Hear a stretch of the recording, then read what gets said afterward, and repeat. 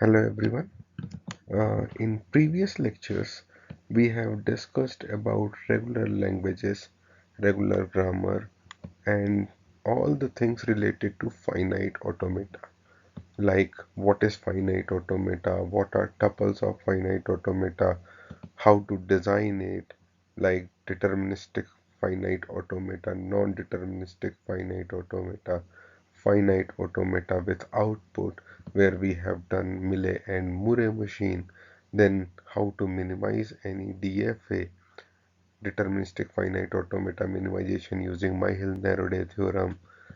Then we have picked regular expression, conversion from regular expression to finite automata to regular expression. So we have done all those stuff.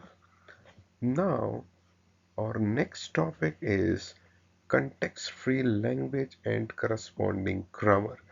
So in today's lecture, we are going to give brief about what is context-free language and what is actually grammar.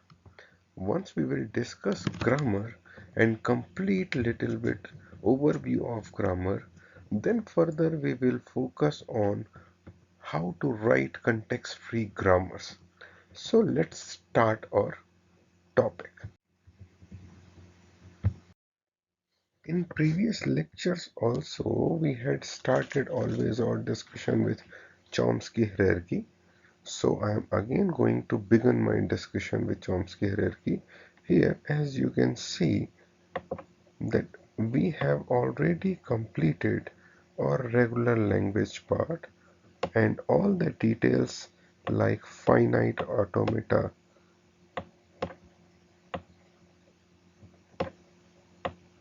and related stuff.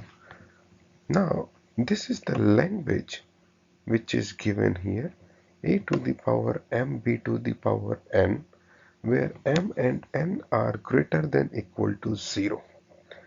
Now, as you can see, you can think about your pumping lemma, and possibly you will get confused that this thing we had proved that this is not regular, but you need to focus on here that here m and n are independent and are greater than 0, so I can easily design finite automata for this one. That is, number of a will be followed by any number of b. Here number of a and number of b will be greater than or equal to 0, but they are totally independent. Hence, because we can easily design finite automata for this particular language, that language is known as regular language. Now, it's not possible that all the languages are regular, and we had again proved with respect to pumping lemma that there are certain languages which are not regular.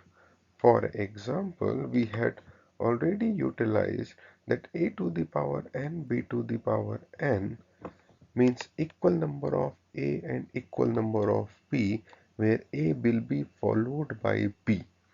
Now we had already proved from pumping lemma that this language does not belongs to regular language. Actually, this is a context-free language. Now, why it is context-free, how to write languages, these all those stuff we are going to discuss further in our lectures, and this is our actually the foremost topic which we are going to complete. Next one is context sensitive and finally partially computable languages. So our focus will be on this particular topic. So as shown in Chomsky hierarchy, the context-free is superset of regular languages. Means there are certain languages which are more covered in context-free when we talk about regular. We have already showcased that thing in our previous slide. Now, students, be careful. Hence, I can say that every regular language is a context-free language, but reverse is not true. Means it's not necessary that every context-free language is regular. So always be careful. There are certain competitive exams where they will confuse you in these two things. So always remember, every regular language is context-free language, but every context-free language is not necessarily a regular language.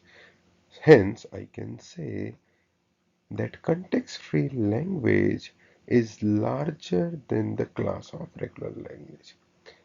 Now, when we talk about language, language is always defined by certain rule which is known as grammar, and each and every language is having grammar. Hence context-free language is also having its own grammar that is known as context-free grammar. Further, when we talk about application, there are several applications of context-free language and context-free grammar. There are few mentioned here, like parse tree in compilers in XMLs. Now, earlier also we had discussed about application in compiler with respect to regular language, and we had picked that for lexical analysis portion, regular language is used for compilers. Now, where context-free grammar is utilized in compilers. So friends, most of us have missed at least one time, or I can say I have missed many times, uh, the parentheses and semicolons once I had programmed. Whenever we do programming, we tend to miss the balances of parentheses and various places we missed or semicolons. Now, once we compile, our compiler always provide that assistantship that these things are missing. So how compiler knows about it? Now, all those things are written in terms of context-free grammars. Everything is written in terms of context-free grammar. In compilers, that is known as syntax analysis. And syntax analysis is given in terms of this particular thing, that is context-free grammar. So there is a heavy usage of context-free language. Now, somebody can ask that why regular language is not used for this syntax analysis. So the thing is, for any kind of syntax analysis, if I want to identify, suppose that uh, parentheses are closed or not, it means I require certain comparison that whether it got started or not. Once it is started, then I need to check whether it is closed or not. Hence, there is a comparative analysis. And whenever you require any kind of comparative analysis, it means you require memory. And regular language, as we have already done, does not consist any kind of memory.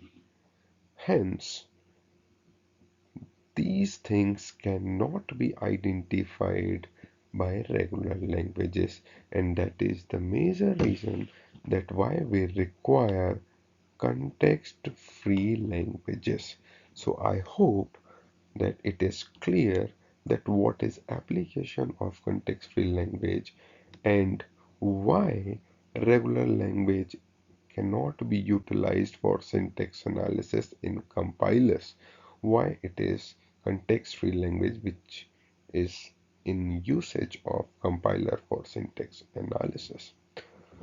So we have discussed application and we have started our discussion with respect to context-free grammar. So let's focus on what is grammar actually. So for any kind of language, if you want to uh, make any form or if you want to form any kind of sentence, you require certain set of rules. This which we can say that grammar is a collection of rules.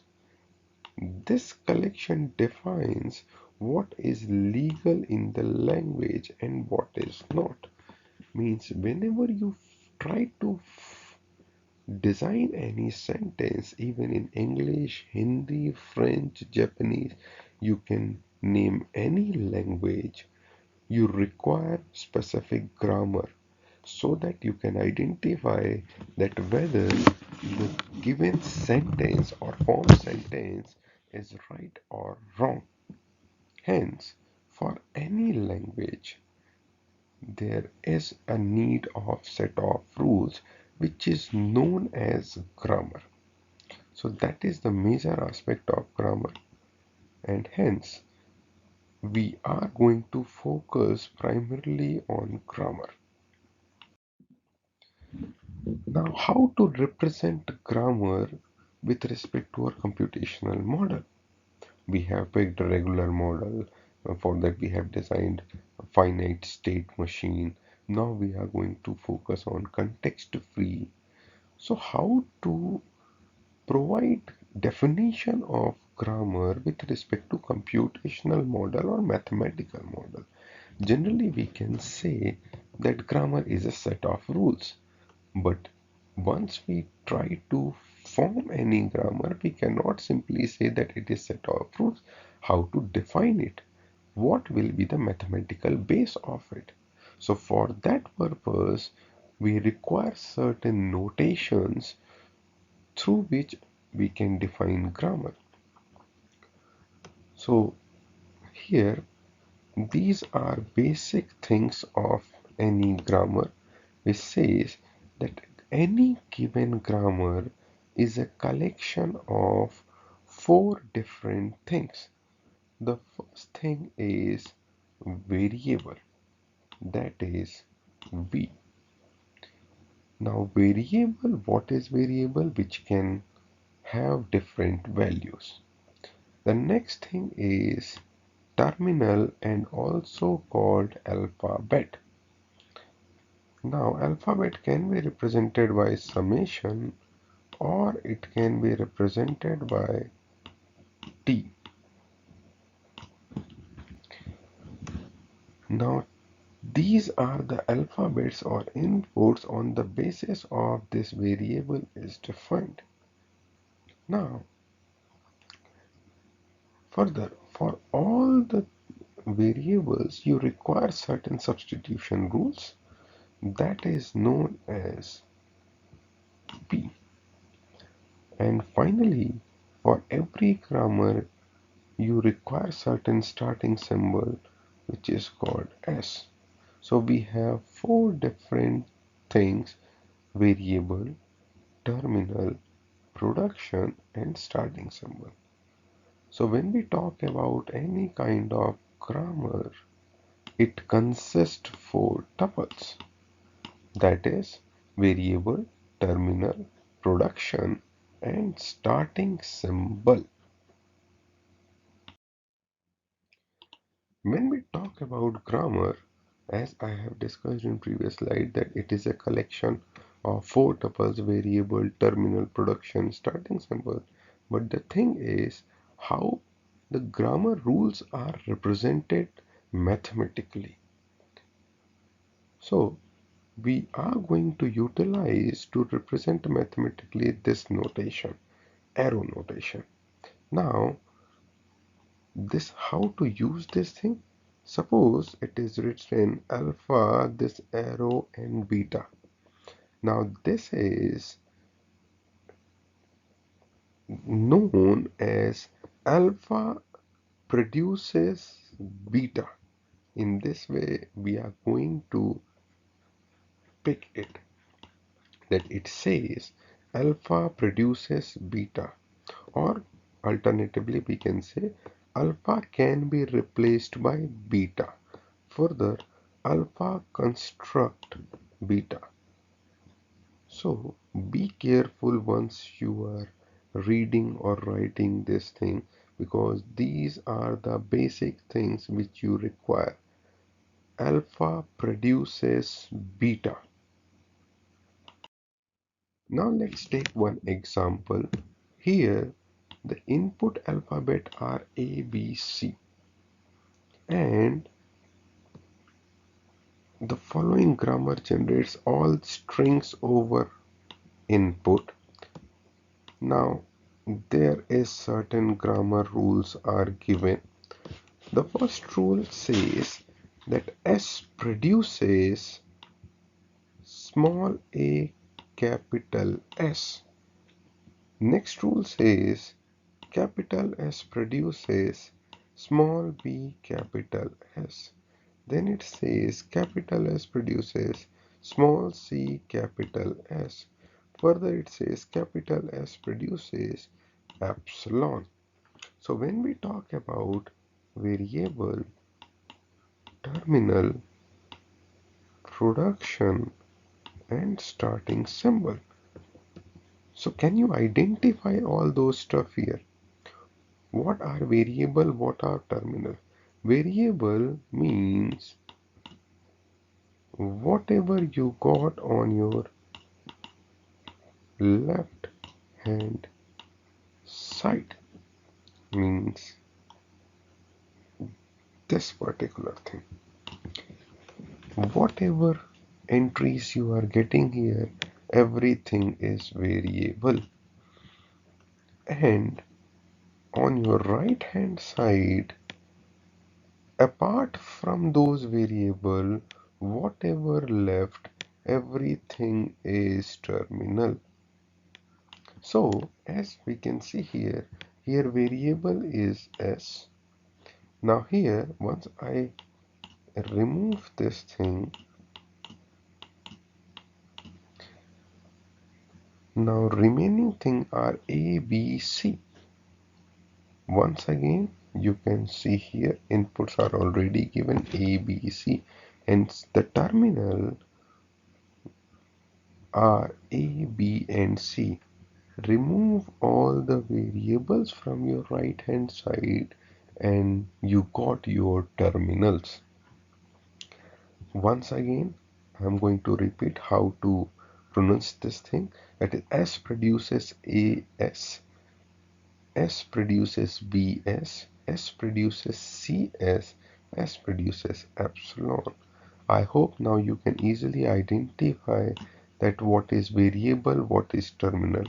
Now the next thing is production rules. Each and every rule is known as production rule. So this is rule number 1. This is rule number 2. This is rule number 3. And this is rule number 4. So all these are production rules. Now starting symbol. Starting symbol generally means the first thing, first rule which is written, that is written first rule by whatever variable, that variable is known as starting symbol. So here S is my starting symbol. Ultimately in this particular grammar we have only one symbol, so by default S becomes my starting symbol. Now let's take another example of grammar. Now this grammar is for designing of sentences in English language. Now any sentence can be designed by noun phrase and followed by a verb phrase.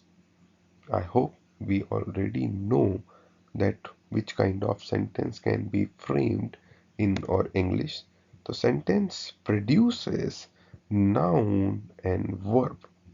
Now noun can be a proper noun or noun can be determiner and common noun.